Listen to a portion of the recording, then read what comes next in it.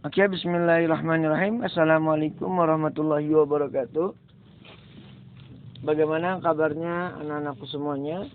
Semoga kalian dalam keadaan baik dan semoga ibadah puasa pada bulan Ramadan tahun ini menjadi ibadah yang berkualitas dan juga bisa memaksimalkan ibadah puasa di tahun ini. Baiklah, anak-anakku, pada kesempatan waktu ini kita akan belajar tentang haji.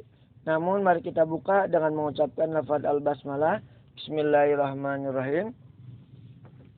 Haji. Mungkin adik-adik semuanya, anak-anakku semuanya sudah pernah mendengar dan juga sudah sangat lumrah sekali di masyarakat kita dalam kehidupan kita sehari-hari ketika di bulan Zulhijjah, ya, ataupun Idul Adha. Itu sebelum Idul Adha mereka sudah pada berangkat ke Mekah ataupun ke Saudi Arabia. Untuk apa? Yaitu untuk menunaikan haji. Nah, sekarang apa sih pengertian haji itu? Haji, ingat, haji itu adalah rukun Islam yang kelima, ya. Yang pertama apa? Masih ingat nggak? Ya, yang pertama syahadat. Yang kedua sholat. Yang ketiga zakat. Yang keempat puasa. Dan yang kelima haji. Haji menurut lugawi ataupun menurut bahasa adalah sengaja untuk pergi atau berkunjung. Ya. Haji itu kalau menurut bahasa, ini menurut bahasanya bahasa Arab ya. Haji itu artinya adalah sengaja untuk pergi atau berkunjung. Nah, sedangkan menurut istilah haji adalah mengunjungi atau menziarahi Baitullah atau Ka'bah di kota Mekah Al-Mukarramah, yaitu di negara Saudi Arabia, semata-mata untuk beribadah kepada Allah Subhanahu wa taala dalam waktu yang sudah ditentukan dan sesuai dengan syarat dan ketentuan yang sudah ditetapkan. Jadi haji itu kita berkunjung ke Baitullah, namun ada syarat dan ketentuan yang harus kita laksanakan. Maka bisa dinamakan dengan haji. Bisa dinamakan dengan menunaikan haji. Dalil haji. Walillahi 'alan nasi 'hajjul baita man istata'a ilaihi sabila. Mengerjakan haji adalah kewajiban manusia terhadap Allah, yaitu bagi orang yang mampu mengadakan perjalanan ke Baitullah. Ya. Haji ini jadi dalilnya surat Al-Imran ayat 97. Hukum haji. Hukum haji menurut ijma ulama adalah fardu ain. Wajibnya di sini adalah bagi yang sudah mampu minimal sekali seumur hidup. Ya. Jadi haji ini hukumnya adalah fardu ain, jadi perseorangan, bukan perwakilan ya. Kalau perwakilan namanya fardu kifayah, kalau fardu ain perseorangan. Nah, wajib untuk siapa? Untuk seseorang yang sudah mampu dalam melaksanakan perjalanannya, dalam hartanya, dan dalam keadaan sehat jasmani dan rohaninya. Syarat haji yang pertama adalah balik, yaitu sudah mencapai dewasa ya. Kalau laki-laki biasanya ditandai dengan mimpi basah, kalau perempuan ditandai dengan menstruasi. Yang kedua, yang pertama tadi beragama Islam ya. Yang kedua balik. Yang ketiga sehat jasmani rohani. Sehat dan berakal sehat ya. Maksudnya badannya sehat, tubuh kitanya sehat dan juga akal kitanya sehat ya. Jadi tidak gila. Kalau gila ya tidak termasuk untuk menunaikan haji. Yang keempat adalah mampu. Yang tadi ya. Mampu secara maliyah, secara harta. Dan tidak meninggalkan dan tidak memilih kewajiban yang lain atau utang. Jadi mampu bukan mampunya karena berutang ya. Saya mau haji nih tapi utang dulu. Nah itu nggak boleh ya.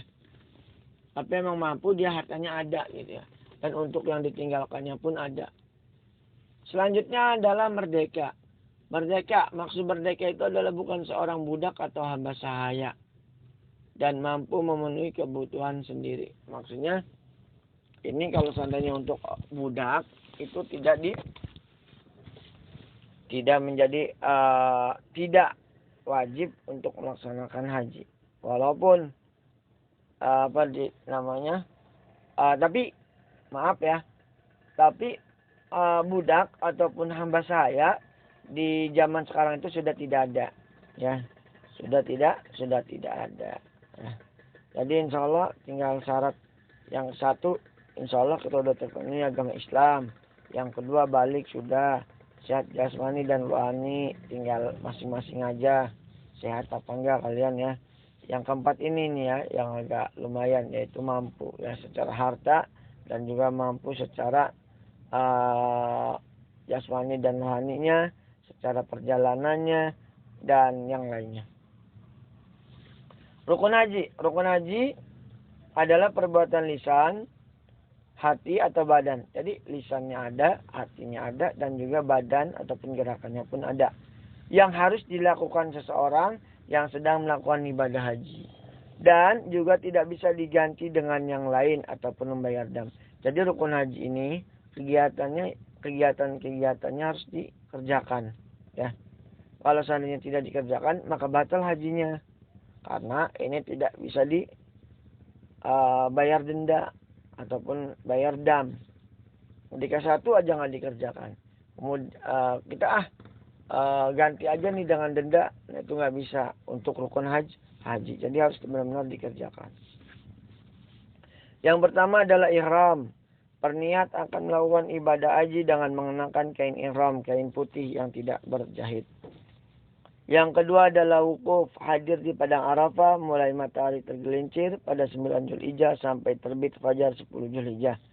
Yang ketiga adalah sa'i. Sa'i itu apa? Berlari-lari kecil antara Bukit Safa dan Bukit Marwa sebanyak 7 kali. Yang keempat adalah tawaf ifadah, mengitari Ka'bah sebanyak 7 kali putaran dengan posisi Baitullah di sebelah kiri yang dimulai dari Hajar Aswad ya. Yang kelima adalah tahalul, mencukur rambut kepala sekurang-kurangnya 3 helai rambut ya, minimalnya 3 rambut, cuman biasanya kita dibotakin aja ya biar adem. Yang terakhir adalah tertib, yaitu mengerjakan semua rukun haji harus dengan berurutan ya, ihram, wukuf, sa'i, tawaf, tahalul ya, jangan diloncat-loncat. Selanjutnya wajib haji. Apa itu yang wajib haji? Wajib haji adalah segala sesuatu yang wajib dikerjakan oleh setiap muslim yang sedang melaksanakan ibadah haji. Dan jika ditinggalkan harus membayar denda.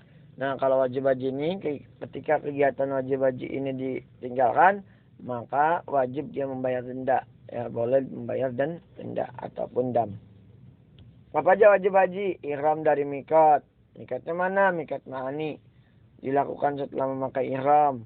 Mabit di Muzdalifah, bermalam di Muzdalifah pada tanggal 9 Zulhijjah dalam perjalanan dari Arafah ke Mina, jumrah Aqabah, melempar jumrah Aqabah tanggal 10 Zulhijjah dengan 7 kerikil berturut-turut. Kemudian jumrah di Mina selama 3 hari di hari tasyrik, ula usta Aqabah.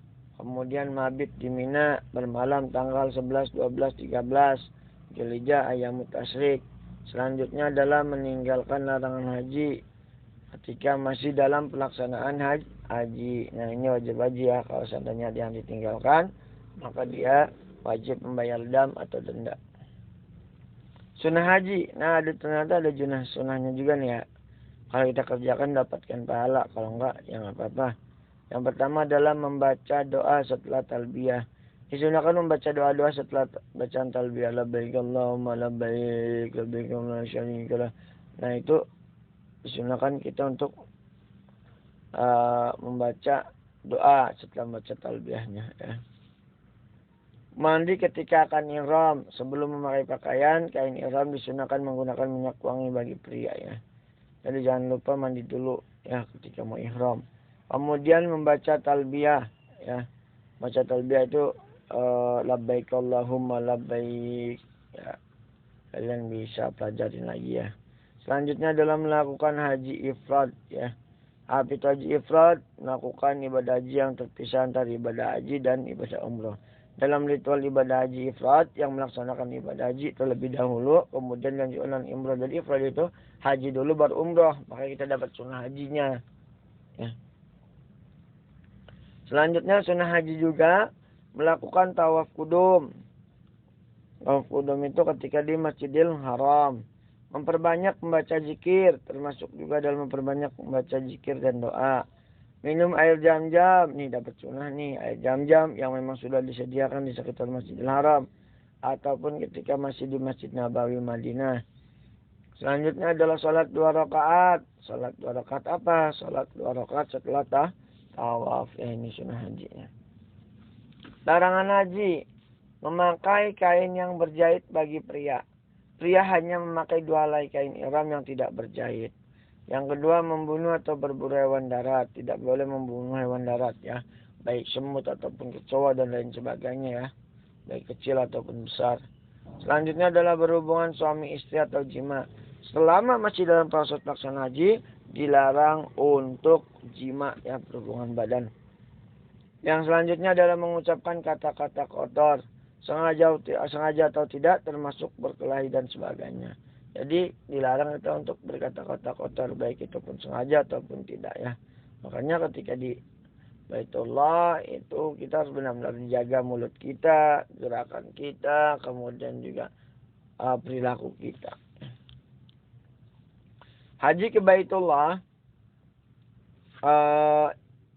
maaf ya, ya sudah selesai. Mungkin materi untuk hari ini dicukupkan sampai di sini. Silakan kalian nanti tulis materi yang tadi Bapak jelaskan. Mari kita tutup dengan mengucapkan lafaz hamdalah. Alhamdulillahirrabbilalamin. Wassalamualaikum warahmatullahi wabarakatuh. Waalaikumsalam warahmatullahi wabarakatuh.